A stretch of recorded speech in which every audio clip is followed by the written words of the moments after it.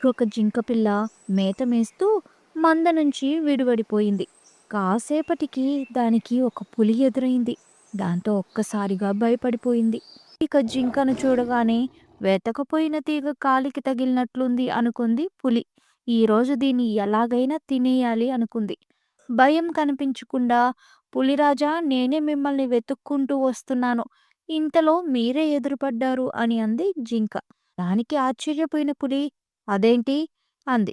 ఆ జింకలన్నీ అన్ని జంతువుల కన్నా మేమే అందంగా ఉంటామని చెప్పుకుంటున్నాయి.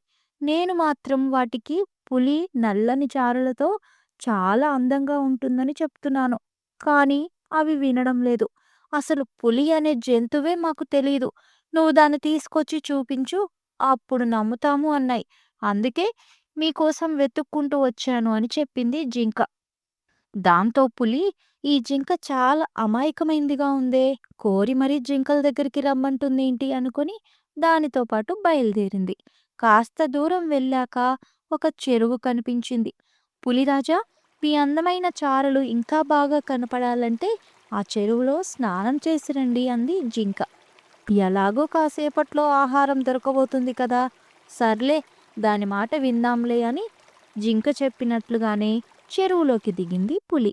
అదే అదనుగా అక్కడ్నుంచి పారిపోయింది జింక. స్నానానికి వెళ్ళొచ్చిన పులికి జింక కనిపించలేదు. అప్పుడు గాని పులికి బుద్ధి వెలగలేదు. జింక సమయస్ఫూర్తి అర్థమైంది. ఇక చేసేదేం లేక కాళ్ళిడుచుకుంటూ అక్కడి నుంచి వెళ్ళిపోయింది.